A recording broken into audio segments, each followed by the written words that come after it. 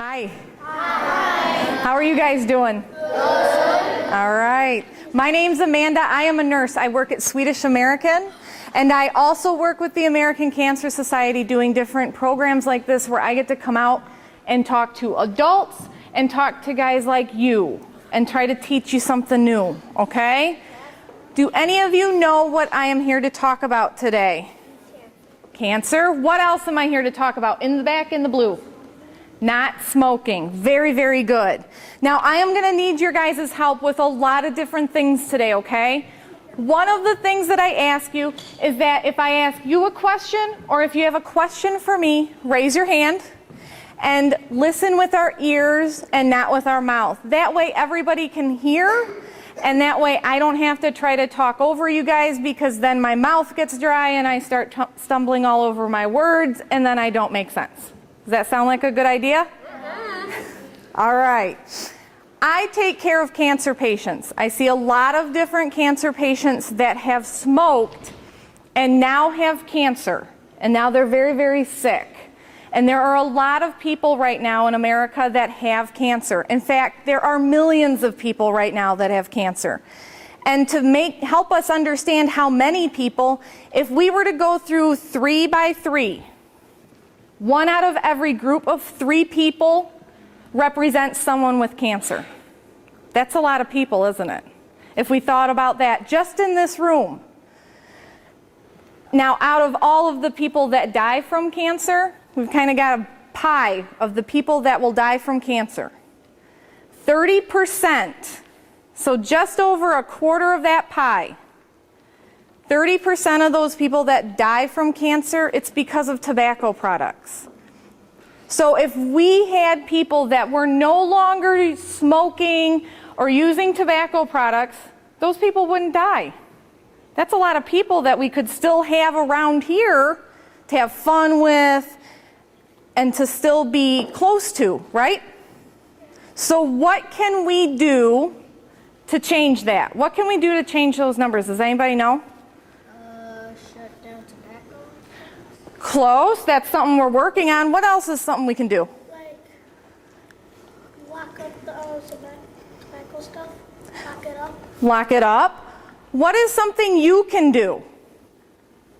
We could go to the factories or whatever where they make it and somehow try to get them to shut it down. Right. We cannot use them.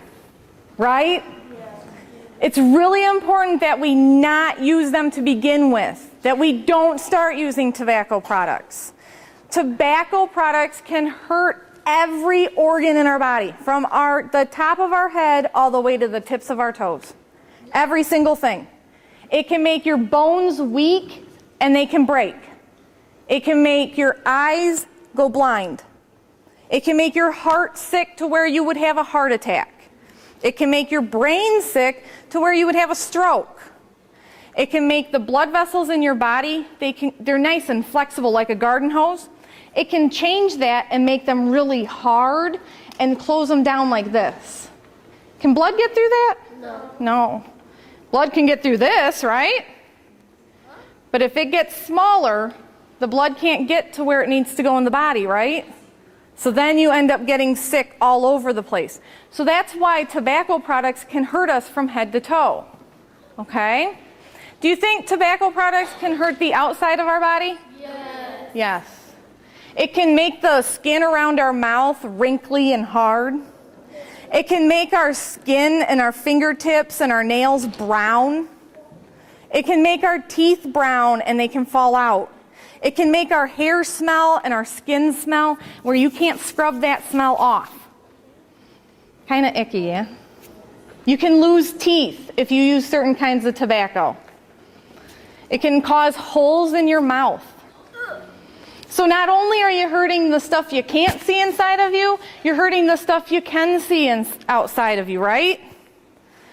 So, what kind of stuff is inside tobacco products? I've got a whole bunch of stuff here. Everybody know what this is? Cleaning. Yep, cleaning stuff. Mr. Clean or shower spray, stuff we clean the bathroom, stuff we clean the kitchen with. This stuff contains a chemical called phenol. Phenol has been found in tobacco products. Okay? Does this look familiar to everybody? Nail polish remover. Some kinds of nail polish remover have acetone in them. Acetone helps get that color off of our fingers or our toenails when we put that nail polish on. Acetone has also been found in tobacco products. Okay? Now, if you look at the bottle, it says, don't drink this. Don't get it in your eyes. Don't put it anywhere inside of you, right? It's only to be on your nails, not inside, right? There's stuff in batteries called cadmium. Cadmium has also been found in tobacco products.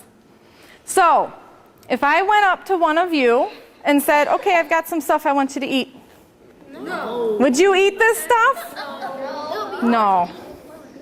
No. Because it's dangerous, right? Could this stuff make you sick? Yes. Could this stuff kill you? Yes. Yes. And all of this stuff is in tobacco products. I have styrofoam here. There's styrene in styrofoam. Styrene is also found in tobacco products.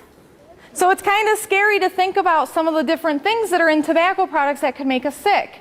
How many of you, raise your hand if you have heard of fiberglass? Fiberglass is what is used to insulate homes and keep us nice and warm now that it's cold outside. Fiberglass is just what it sounds like, very long fibers of glass. They put fiberglass into certain tobacco products, like chewing tobacco. And when you put chewing tobacco in between your gums and your cheeks, that fiberglass makes cuts. And those cuts help it absorb the chemicals faster into the blood. Okay? So you're using something that's physically harming your body by cutting it. Has anyone heard of formaldehyde? Do you know what it is? You've heard of it? Formaldehyde is used to preserve different tissues. They use it to embalm dead bodies. They also use it, like if you go to the museum, sometimes they'll have examples of animals that may have died when they were little, and they put it in a jar with some liquid so you can look at it for years and years and years. Formaldehyde prevents that tissue from getting nasty and deteriorating and getting all yucky. Formaldehyde has also been found in tobacco products. Now I keep talking about tobacco products. Can any of you name one tobacco product? Cigarettes. Can someone name another one? No? No? It's okay if you don't remember. That's all right. That's okay. No, sometimes when people smoke marijuana, pot, or weed, they will put tobacco in it, but not all the time. What's one more? Not quite. Cigars?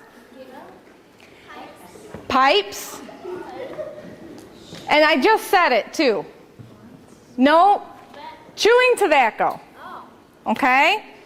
Those are the things that when I'm talking about tobacco products today, those are the things that I'm talking about. So all of these chemicals are found in those products. I don't know about you guys, but I wouldn't want to be putting that into my body because it could make me sick, right? So, we know that there's things that are bad in it. We know that of the thousands, there are at least 4,000 different chemicals in tobacco products. We know that at least 43 of them we know cause cancer. So that leaves thousands more that we're not quite sure, we're still learning more about, or could harm us in different ways. So if I came up to you with a box of something, I'm not sure what it is, would you eat it? No. So there's still things in tobacco products that we're not quite sure what they do to us.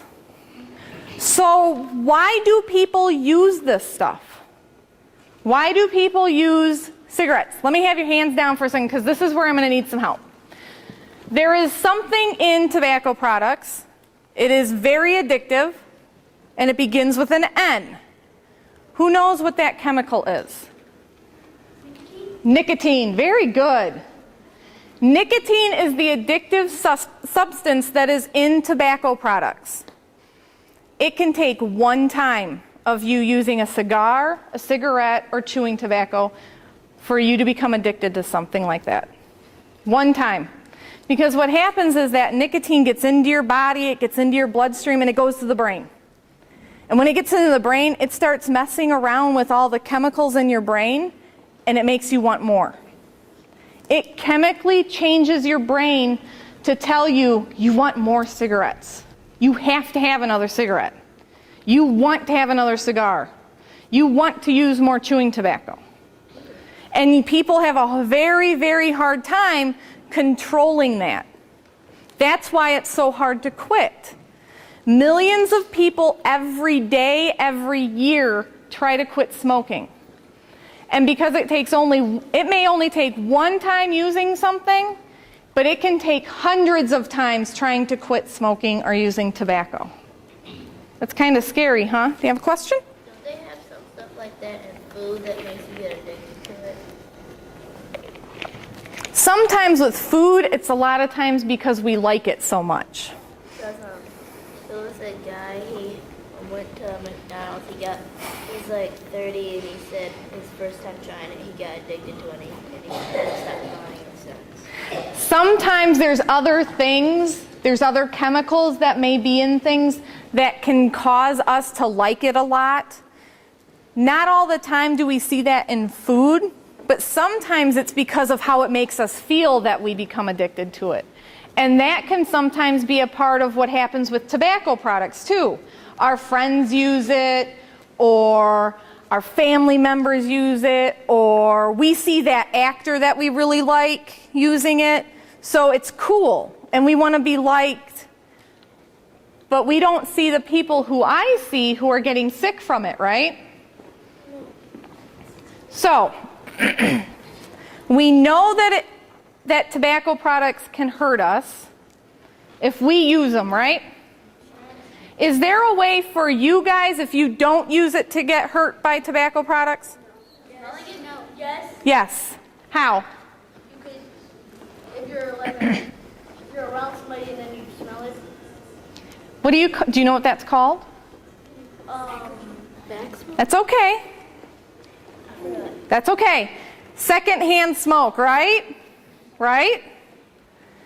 Secondhand smoke is the smoke that you may be around if you're around someone that's smoking. Secondhand smoke is responsible for killing 3,000 people every year. Those people never picked up a cigar, they never picked up a cigarette, but because they were around someone who smoked all the time, they became sick too and died. So now, remember when I was talking about that pie earlier about all the people who die from cancer, right? And there was that chunk, that 30% that died from tobacco products, right? So we got that 30%, we got all those people. Then we have the 3,000 people who die every year from secondhand smoke. That's a lot of people that if everybody stopped smoking or nobody started smoking, we could have a lot more people here, right? That's a lot more people. Have any of you heard of third-hand smoke? Do you know what third-hand smoke is? No? Do you? Isn't third-hand smoke where first somebody smokes and then they smell it and then they want it? Not really. Third-hand smoke is where the smoke and the chemicals that are in the smoke get on countertops, floors, clothes. And people can actually get that by touching the clothes, touching the countertop. They're exposed to the chemicals then. Think about a house where there's a baby. Maybe the people who live in that house smoke. That baby crawls on the floor. That baby's getting the chemicals on their hands, right? On their legs. They pick up the baby and they're cuddling the baby. Those chemicals are all over their clothes, right? So that baby's getting that all over them. So you can see how many people can be affected by tobacco products who never started using it in the first place, right? It's a lot of people that can be affected by it. So, We know that tobacco companies are really, really big. And a couple of you had said, why don't we just tell them to stop? Why don't we just stop making it?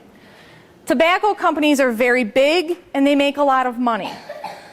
We are working very hard to put laws in place to protect us who don't want to smoke, who don't want to be exposed to smoke. That's why when you go to the restaurant now, you can't smoke in a restaurant, right? So that's protecting us. The tobacco companies also know all they need is one time. They know that's all they need. They need you to try it one time and they've got an in. You can be addicted that fast. So it's learning about how you guys can keep yourselves healthy and making that decision of not to use tobacco products to start with. Now, what do you do if your friend wants you to try smoking? Say no. Say no. Very good. Okay, your friend keeps bothering you. Come on, we're just going to smoke this one time. I know you said no, but come on, no one's going to find out. What do you say then? Keep saying no. What else can you say? You're going to go home. You're going to leave. What else can you say? Ignore it. Just walk away. What about distracting them? Can you say, hey, come on, no, you know what? I just got this new video game. You want to check it out? How about, hey, you want to go play some hoops? Let's go play basketball. Play soccer. Distract them. See if you can get their mind off of it. But what do you do if they keep bothering you? They keep asking you. Call the cops. You make a very good point. It's very important that you tell an adult. This isn't telling on someone. This isn't being a tattletale. It's important that you tell an adult because it is illegal for anyone under the age of 18 to even touch a cigarette, to even touch a pack of cigarettes. And it's important that an adult knows that you are being pressured to do something you don't want to do. Is that a form of bullying? Yes. Yes. Because they're trying to make you do something you've already said no to. Now, something else that you can say to that person if they keep bothering you about it is, you know what? You're not respecting me. You're not even listening to me. I said no. And you can walk away. Should you be mean? No. Should you make fun of them? No. Should you be a good role model to them? Yes. You should be the one to be that person and say, this is what you can do if you're healthy. Because if they keep smoking, they're not going to be able to shoot hoops with you. And if they keep smoking, they may not even be able to play video games with you. Smoking can affect you so severely that you can't even sit and catch your breath. And I'm going to show you why.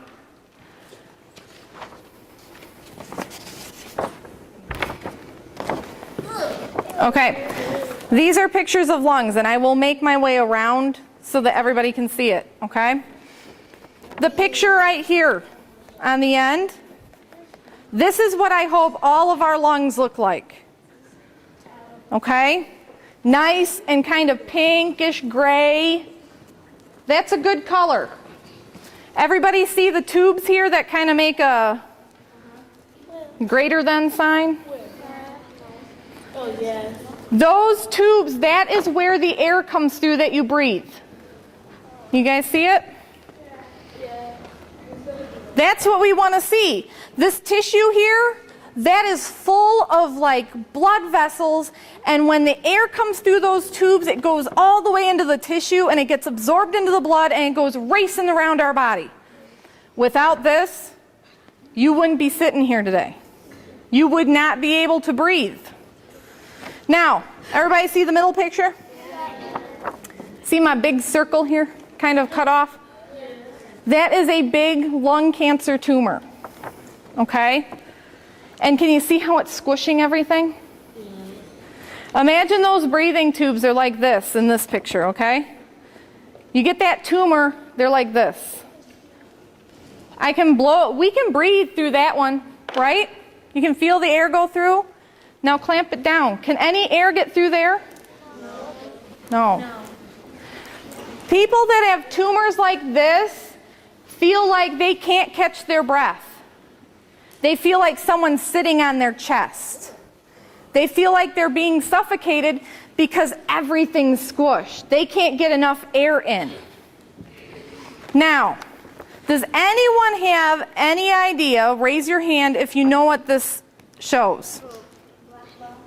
It's black lungs. Do you know what causes that? Close. It's something in smoking or tobacco products. I'm looking for somebody I have not picked on. Not the nicotine. One more guess. Close. This is tar. Okay? Tar is found in tobacco products, especially the tobacco products that are smoked. Okay? And you can see how thick it is in my jar here? Yes. So imagine this jar poured inside your lungs. Would you be able to breathe through this? No. No. People whose lungs look black like this, with this stuff all in it, a lot of times they say that they feel like they're drowning. It's kind of like trying to breathe through a really thick shake. Like, you know when you get a straw and it's really thick and you try to blow bubbles in it? What happens? You kind of blow and blow and blow and nothing happens. And then all of a sudden the air shoots up and it splashes the shake all over your face. I've done it a couple of times. Right? Because it's so thick you cannot blow through it. That's what happens when this covers the inside of your lungs and the inside of your breathing tubes. Okay? Now the other thing that's in our lungs are these little hairs. Okay? We got little hairs in our lung. We have little hairs in our nose. We want these hairs. And they're just kind of hanging out in here like this. And they wiggle around like this. And these hairs, they're called cilia. And they sweep our airway. Okay? They sweep all the stuff that we can't see floating around in the air right now. They sweep it out so that it doesn't get stuck in our lungs and make us sick. Now, when these hairs get covered in tar, what do you think happens? They stop wiggling altogether. They are paralyzed. They do not move. So what happens at home if you don't sweep? There's a lot of dirt. There's a lot of dirt. I have 2 dogs at home. I end up with big old piles of hair all over the place. What do you suppose happens if you don't have this sweeping out your lungs?